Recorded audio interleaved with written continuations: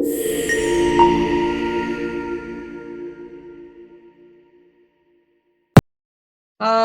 ја во книгата зборам за стресот на модерниот човек пред се. Бидејќи ние влегувам, живееме еден квази модерен капитализам и имаме наметнато еден живот на премногу неопходности, кои што се вештачки и кои што ни создаваат стрес и грижи. Мислиме дека многу нешта кои што ги работиме во текот на денот, дека ни се неопходни за да преживееме, всушност и не е така. И на некој начин ни се одзема времето посветено на емоционалниот живот, во најмала рака она што го чувствуваме за сите оние активности за кои што стоиме и самите себе, бидејќи функционираме буквално како роботи. И тој стрес е всушност стрес кој што се темели на еден ирационален страв, кој што ние многу тешко можеме тоа да го контролираме, затоа го нарекувам ирационален. Тоа е состојба на страв за сопствената екзистенција, за екзистенцијата на нашите блиски, и всушност тоа направи од нас многу себични луѓе и луѓе кои што се доминирани од страна на стресот. Значи стресот е наша водилка во текот на животот. Ја тоа го сватив и тоа го добив како информација од сите мои блиски луѓе кои што ме окружуваат и тоа беше всушност мотивот за да ја напишам книгава. Па вака, сега ќе кажам, тај чи чуанот е вештина која што ја краси една многу сложена телесна математика. Тоа подразбира дека со сите 4 екстремитети вежбаме различно, а за да заврши конкретен елемент, треба да сите екстремитети завршуваат во исто време, а поминуваат различен пат. Тоа е прилично тешко за координација, тука кога ќе вклучиме и дишењето. Тоа е една многу специфична состојба на умот, каде што треба буквално да се впрегне, да ги скоординира сите екстремитети и на некој начин мислата не може да ни избега на друга страна, освен да бидеме со сопственото тело. Ова е за почеток, правам вове. Така. Тоа се почетните фази за учење на вештината.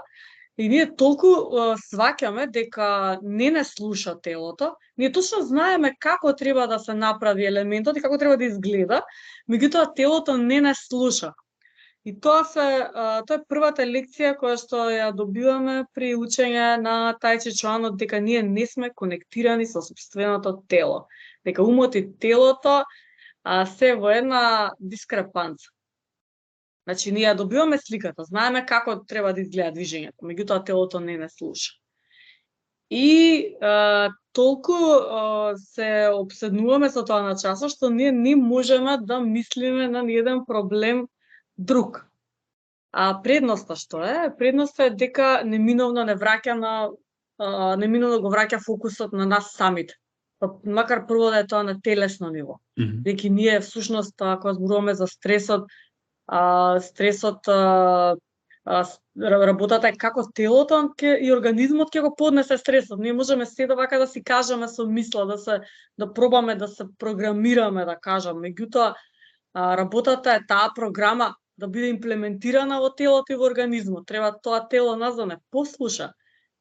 И така да, првиот чекор во учењето на вештинава е дека сме во многу лоша комуникација со сопственото тело. Тоа мислам дека е резултат на еден погрешен систем, образовен пред се, затоа што кај нас физичкото воспитание било предмет последен за учење. Односно, физичко било, мора да се има петка, нели? Тоа се часови дека што не мора да се биде присутен, да се биде редовен и слично. И тоа има големи последици. Посветеноста на умот, без вклучување на телото, има големи последици врз нашето здравје, особено на младата генерација.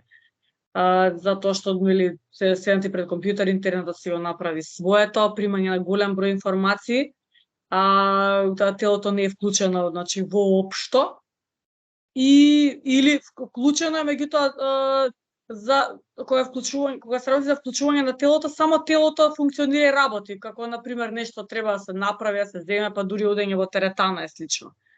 Меѓутоа, да се координира, да се воспостави вистински комуникативен јазик меѓу умот и телото, тоа е, во тој сегмент имаме голема празнина.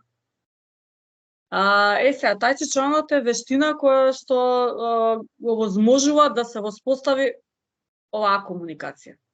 Затоа што на тој начин ние ќе се препознаеме, работата е да ги препознаеме симптомите на стрес, на загриженост, на тага. Значи, многу брзо препознаеме во која состојба ни се наоѓа телото. Да не даваме отпор кон нашите емоционални состојби, бидејќи работата дека нашето тело ги чувствува тие состојби. Значи, ние не сме само главата и само умот. Тоа е предноста на оваа вештина и мислам тоа е суштината на тај чи чуанот пред се и на чигонгот.